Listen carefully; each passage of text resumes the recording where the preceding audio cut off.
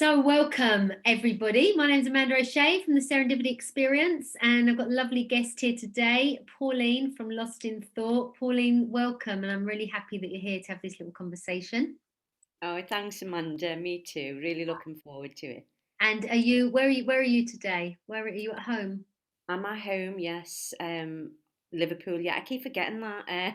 You're not even in the UK. Yeah, so I'm in Liverpool. And it's cold there today. You said it's Hence my big fleecy. Yeah. yeah. So really lovely to be part of this. Um, really lovely to be part of this chat within the conscious community group. And we had a Zoom call a couple of Mondays ago, and we talked with Tony about the focus of this group being on a bit more of an exploration around recovery and addiction and habits. And so we just thought that we'd love to share something with you. We're both coaches and we both work in the world of coaching and sharing an understanding of how the mind works. So we're going to be talking more about this addiction, habits, recovery, discovery on the Monday morning, Monday evening Zoom calls. I'm going to invite you to join us if you find anything interesting that we have to say here. So, Pauline, I came into the world of teaching about how the mind works, and I ended up working in a treatment centre in Spain, very high-end treatment centre, and what I was sharing was a little bit different there to what other people were sharing. So we had counsellors there that were sharing the 12-step program and your traditional kind of inner child work and all that sort of stuff. And what I was talking about was, like you talk about, this invisible psychological system, the thing that we can't see, that we would call the mind. Right, so that's the psychological system. It's a fancy way of saying how our mind works. But what I want to point out to anyone listening is we're not talking about the brain. We're talking about that energy that powers the brain. We're talking about beyond the brain. We're talking about something at a different level. And why I got so passionate about working in the world of recovery, it was very, very close to my heart. So, there's been a lot of addiction in my world. And a real gift for me to be able to see people get their family members back, to witness people get their dads back, get their mums back, get their sons back, their daughters back. And I think what was different so there was a lot of similarities with the way that I run my programs there. But I think the biggest thing was that I came from a health model, or when we teach, we come from a health model as opposed to a disease model. And so what I hear a lot in the world of recovery is people talk about themselves like they're damaged, like they're broken, like they're lost. And that's just not the way I see it when we understand that we've got everything we need inside of us, that we've got these innate qualities, something that we're born with, our well-being. We're born with that, and nothing can take that away, including addiction. But it doesn't look like that when we're in active addiction, right? It doesn't look like that. And so I would like to talk a bit more about what I used to hear a lot of reference to was people talking about character flaws and oh, that's just the way, that's just my personality. And I'd hear people talking like that. Well, I'm an addict, I'm always going to be an addict. And that kind of language that didn't sit with the message that I was delivering. And so that's really new to a lot of people. And when I was working with people that had been in recovery for many years, like they were sort of chronic relapsers, or people that had been around the rooms for years, decades. And a lot of them used to say, I've never heard this before, what you're sharing. I've never heard this before. And either they heard it and they were like, oh my goodness, this makes so much sense, or it kind of went over their heads, and so I had to learn to kind of take people gently down the lane with me, because what I want to talk about is the oneness of life. I want to talk about universal consciousness. I want to talk about it's all an illusion. I want to talk about all that stuff because I love going deep. But it's like we have to take people there. Right? Got to kind of Mhm. meet people where they're at. And so for me, I love to, I love to talk about the reasons why it makes total sense to me why we reach out for stuff. Mm. That makes sense to me because if we really don't understand how our psychological system works, if we don't understand that the way that our thinking is brought alive by consciousness and creates a feeling, if we've never seen that to be true for ourselves, well, we're not, these uncomfortable feelings don't feel good. And it makes sense that we're going to do whatever we can or whatever we've been used to doing from a young age to try and get rid of that feeling. Right. Mm. So it makes sense to me that people reach out because they want to get a buzz. So they're bored or they whatever, and they're looking for a buzz, or that they've got a very uncomfortable feeling and they want relief from that. So that makes sense completely. Why I think it's so helpful, the work that we do, is we go behind the scenes. So when I was working with people, let's say, for example, somebody had an issue with alcohol, or they had, drinking was their sort of drug of choice, if you like. I didn't spend all day talking about drinking. I spent all day talking about thinking. Yeah. Right. So I don't, sort of, it's the thinking behind that I wanted to have the conversation about. And I know that we work in a very similar way, and we've come together on we've had lots of sort of shared teachers and lots of shared experiences. But I would love for you to hear how how you used to use this understanding in your own experience of addiction. Mm. Are you happy to share that? Are you? Yeah, Yeah. absolutely. Yeah, yeah. So I think for me, Amanda, I was trained as a Louise Hay teacher. You can heal your life. Yes. Yeah. So so for me, it was always about trying to do something, trying to get somewhere, trying to change something. So I spent a very long time and probably got myself really exhausted because my morning would look something like this. I'd get up in the morning, and before I got out of bed, I'd write in my journal, and I'd do a lot of gratitude stuff. So I've even got the all of the journals still upstairs. Don't write in them today, and that's for my own reasons. So I'll do my journal on, and then I'd do some like visualizations. Then I'd get up and I'd do my yoga and my meditations. So if I had an appointment that took me away from my morning schedule, I even wrote a blog about this, and on an old site when I was doing my Louise Hay stuff, how you do your, plan out your morning schedule. And I look back and I think, wow. But again, when we look at the levels of consciousness, that's where I was then. So Mhm. that made so much sense. So when you're talking about what makes sense, that made so much sense to me to do that. I got a good feeling from it. But what I'd done unknowingly was attach that good feeling to the meditation, to the yoga, to the journaling. So if I couldn't do it for a morning, I had an appointment to go somewhere, then if anything happened in that day, I would immediately latch on and say, that's because I didn't do my meditation.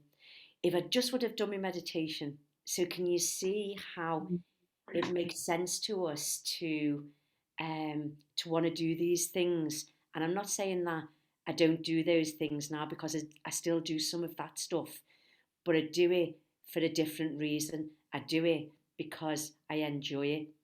You know, I went away and sorry, Yeah, go on. and that's huge, Pauline, because I find myself, for myself, and sort of sharing with others. If something works for you, do more of it. That's brilliant. Mm, Carry on. But we're not okay, or we don't feel better because we do those things, although it looks like that. mm, So you know we we're okay because when our mind settles, all our well-being comes back up to the surface. But it looks like our well-being comes from all of these activities, which is, I found myself as well, like many years I was traveling for 9 years, searching, seeking, Mm, right? And that's what I see a lot in the world today, which is we come into, well, I don't care what wakes people up, it's just great that they sort of wake up, but it's very easy to get almost addicted to, or of finding the next thing and the next thing and the next thing. And I did all that too. So that was part of my journey, right? I'm 50, I'm 52 this year. And I did that for many years. But mm, there was always something missing. So there was still something missing. And it still looked to me when I didn't feel good that that was because of something outside of me. It was only when I came across the understanding of the three principles, or the inside out understanding, as it's commonly called, that I had that, oh my goodness, nothing and no one has got the power to put a feeling in me. But nobody had ever taken me behind the scenes to mm, explain the mechanics of how that works. mm, So I kind of knew that you don't make me happy and you don't make me sad. mm, That made sense to me. But it didn't make sense to me that when I was feeling so low, or I was feeling lonely, I was feeling heartbroken, whatever it was, it really looked like that was coming from the behavior of other people. So I mm. used to do a similar thing. And I've lived in Spain for nearly 15 years, and I walk the dogs at sunrise, and whether you'd be juicing or yoga. And I really thought that the lifestyle I led was why I was so happy. And I thought if everyone sort of did what I do, they'd be happy too. Like I couldn't believe that I was the only person on the beach, like, and this most Yes. amazing sunrise. Where I live in Spain, we're right opposite Ibiza, and we get to see we're the first point in Spain that sees, on the peninsula, on the mainland, that sees the Wow. sunrise. Oh, I'm Right. not So, jealous. so it's like and even that's an illusion, right? Because the sun doesn't rise, but it looks like it does, right? Mm, Because I watch it come out of the water, and that's not what's happening. Right? We know mm, that the earth tilts, but it looks like the mm, sun's rising. And in a way, talking about that kind of an illusion, there's also this massive, huge illusion that's going on, which is in our thinking and feeling system, which is the same system.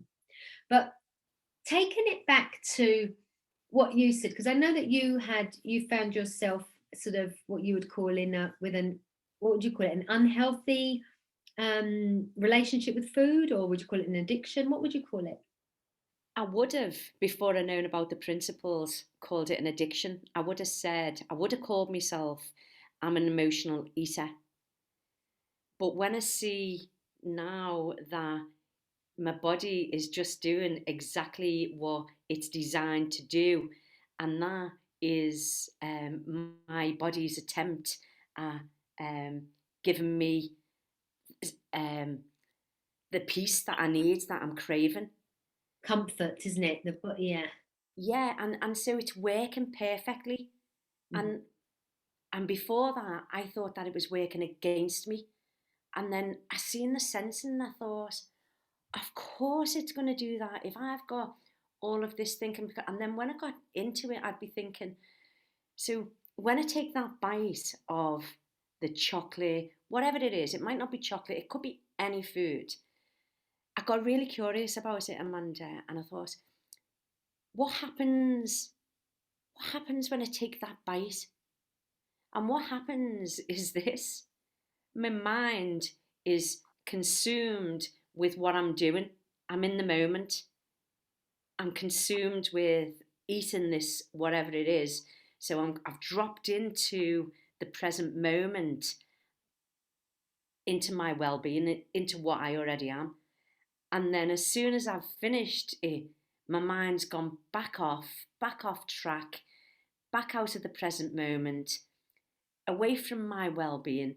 So of course it's going to do what it knows best. It's going to bring me back to well-being by giving me the signal to go and get something else to eat. And as long as I believe that my feeling is coming out, the feeling that that food is giving me, as long as I believe that it's coming from the food, of course I'm going to go and eat the food. It makes total sense. Why wouldn't I? why wouldn't an alcoholic go and take a drink if he knows he's going to feel better? And the thing is, once you're in that, like I love the way you use it, they're like off track. Because when we talk with the children, when we talk with the youth, Pauline and I are both iheart facilitators. We both share this understanding with children between age 10 and 18, as well as working with adults. But we use that, we're on track and off track.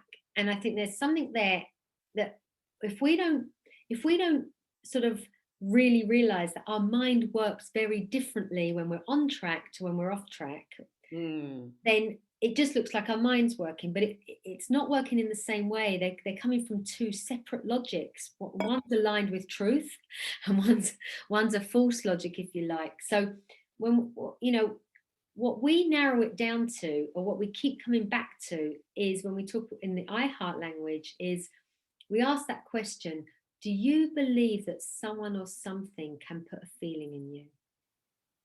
And the answer to that question is either yes or no. Mm. And that is what sends us off into two separate, two sort of two different sides of the fence, if you like. Because I think we've really got to see for ourselves that nothing and no one has got the power to put a feeling in us. But it looks like that. That's the illusion. Mm. That's Mm. the sun rising, right? And so it looks like that. And if it looks like that, then I need to control you, stay away from you, distract you, please you, whatever it might be, if it looks like you've got the power to put a feeling in me. And when I realized, no, actually the answer to that question is no, nothing and no one's got the power to put feeling in me. Well, I'm aligned with truth, I'm aligned with logic, I'm aligned with the way my system works. That's when, like you say, we've got more access to clarity and our wisdom. And it doesn't make sense to us. Common sense speaks to us then. Whereas Mm. when I'm off track, nonsense is filling my head. And I can turn anyone into the enemy in seconds. Right? I can turn anything. If I was to go and start to spiral and that my level of consciousness, drops, I Mm. can be in victim mode very, very, very Mm. quickly. And then it really looks like the world's against me, everything's happening for me. And if my memory, if my system has got that sort of answer, which is, oh, we don't want her to feel like that, go and have some chocolate, or go, whatever it is, go and score some drugs, or whatever it is that we do, then it makes sense. It's so predictable and it's so reliable, Mm. right? The implications of being on these different sides of the line are so predictable and so reliable that it makes sense why the same things keep happening, even when people really don't want to do it and they can't understand. So the depth, where I know that you and I would love to share with this group, well, with everybody, but especially the conscious community group, is a dive behind the scenes. Mm. And And and I tell think me that's why more, Pauline, about how you see it. Tell me just how you. I think that's why so many people will resonate with this, because we we keep doing the same things. The predictability of it is, if I said to you, if we didn't know about the three principles, and I said to you, oh, Manda, I'm feeling a bit rubbish. I'm gonna have a drink. You, before I even told you what I was doing, you wouldn't know. You wouldn't know that I was either gonna go and have a binge, I was gonna go and cry, I was gonna go and do whatever, because that's the predictability of what happens when we're off track, when the logic that we've got is off track thinking. It's coming from a false premise. It's not true, Yeah, right? yeah, It really looks like something has upset me, and it looks like something else can make it better, yeah. right? And so that is, we've attached our well-being, like you say, to something. And I don't think we even realize that. And anybody who's in recovery would have talked about that whole, you know, king baby and throwing our rattle out of the pram and not getting things the way we want it to go. And Mm, and that's what it comes down to, really. Something hasn't gone the way that we want it to go. mm, And so we don't like that. We don't like that. And if we're living in any expression of fear, If we're coming from, if that's where we're kind of hanging out a lot from an expression of fear, then it's going to look like there's that sort of false evidence appearing real, right? It's really going to look like that, and I'm going to find it. If I'm looking for, if I'm in that fear zone, I'm going to find evidence to prove that, that you've wronged me, or whatever it is, Yeah. or that, and so it feels like that. So my heart goes out because I've witnessed such innocent suffering.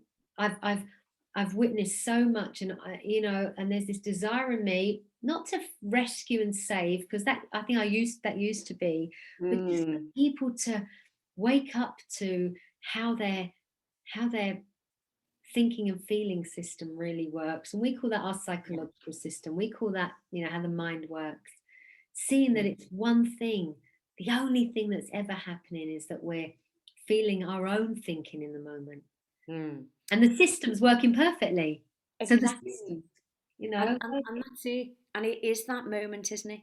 Because in the next moment, you can have a completely different, well, you will have a completely different thought and a completely different experience of that.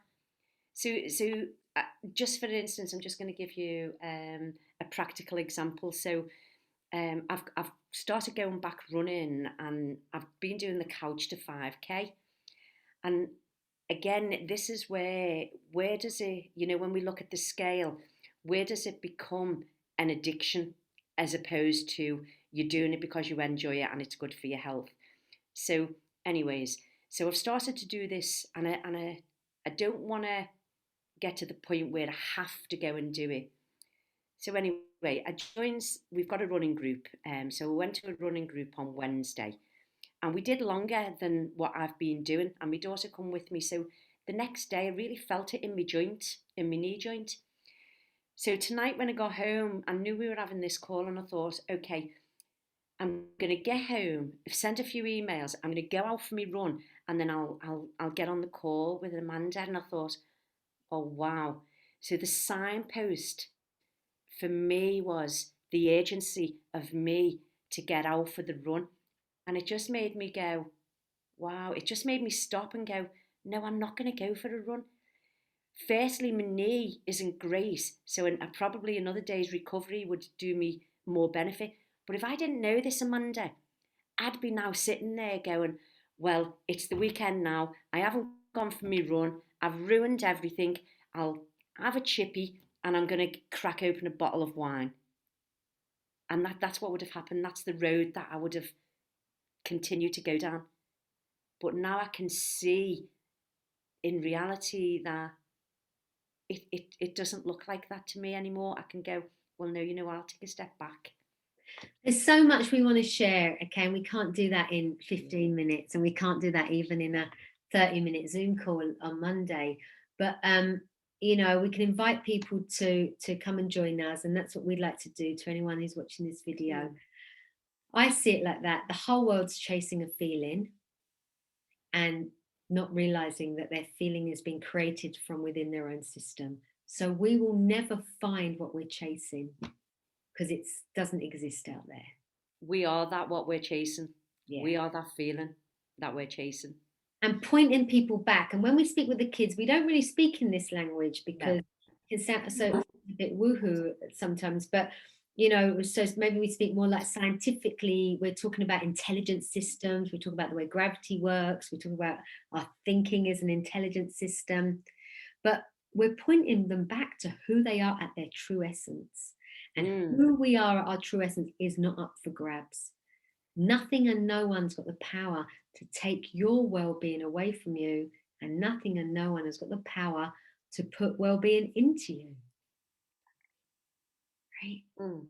And Brilliant. I think we'll leave it there Yeah. then.